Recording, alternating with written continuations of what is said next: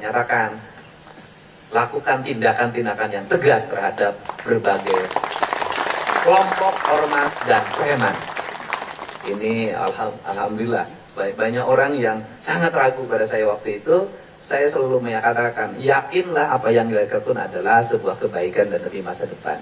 Kalau semua orang hari ini cari aman, kalau semua orang hari ini takut kehilangan jabatan, atau semua orang takut dibully, bagaimana kalau besok anak-anak kita tak punya harapan? Bukankah dulu pahlawan kita rela mati demi kelangsungan bangsa?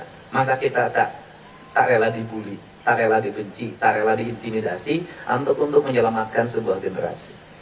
Nah, saya sampaikan kenakalan anak di Jawa Barat, Pak Menteri, sudah sampai pada tingkat akut.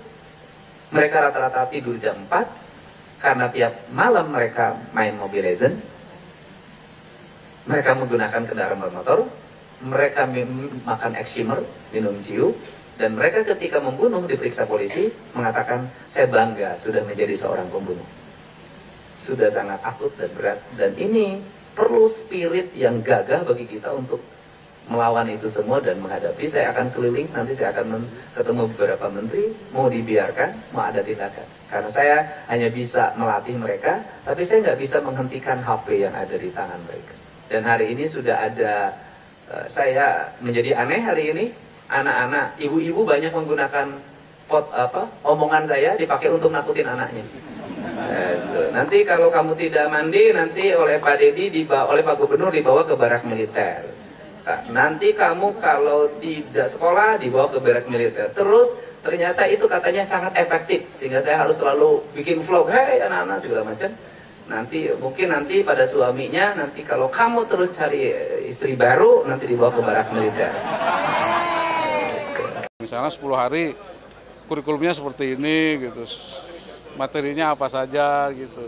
Kebanyakan disiplin sih, bangun pagi, bagaimana cara membersihkan tempat tidur gitu aja. Iya, seperti itu.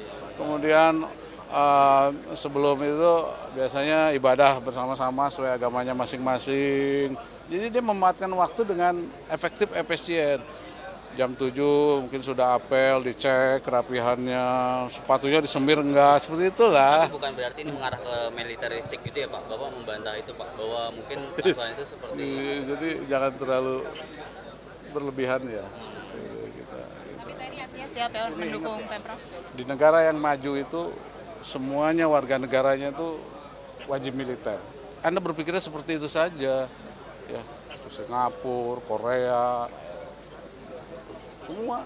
Tapi terbuka ya kalau tidak hanya Jawa Barat saja, daerah lain juga mungkin akan menyusul. Ya tadi saya bilang, jadi waktu saya dan Rindam 2 itu perusahaan Bukit Asam ya, itu punya PTBA itu punya MOU dengan Rindam, setiap personel yang baru mau masuk PTBA ke saya, dilatih di kita. Latihnya tadi itu dia maunya apa gitu, kita ada rapat gitu, oh saya pengennya ini. Dulu saya Asop Divisi 1 itu bahkan dari Kalimantan, PT apa saya lupa ya, saya lupa lah. Itu sampai tadinya mau PHK terus dia ceweknya ngobrol dengan saya, Pak Agus, saya punya masalah ini, apa? Saya mau PHK 3.000 personil. Masalahnya apa Pak? Ya jadi penghasilannya menurun. Oke, kita bicara. Ternyata masalahnya waktu saja, tidak disiplin gitu. Yang misalnya istirahat jam 12, harus main lagi jam 1, dia masih ngobrol, masih ngopi, dia operatornya kerjanya jam 2, sehingga 1 jam kan hilang, sehingga pendapatan menurun gitu. Nah, dengan disiplin, dengan diberikan pelatihan disiplin di TNI, dia jadi waktunya tuh jadi efektif gitu.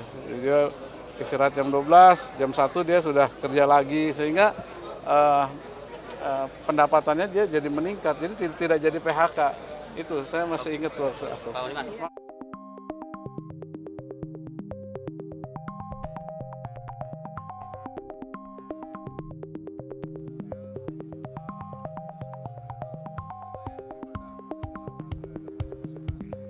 digital, Meutia Hafid memuji langkah Provinsi Jawa Barat yang menjadi pelopor dalam pelarangan penggunaan gadget di lingkungan sekolah.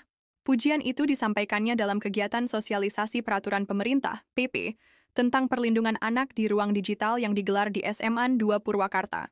Meutia menyampaikan apresiasi kepada penjabat Gubernur Jawa Barat, Deddy Mulyadi, yang dinilainya responsif dan berkomitmen dalam menerapkan kebijakan pembatasan penggunaan gawai oleh pelajar. Ia menegaskan bahwa keberhasilan implementasi regulasi digital tidak hanya bergantung pada pemerintah pusat, melainkan juga memerlukan dukungan kuat dari pemerintah daerah.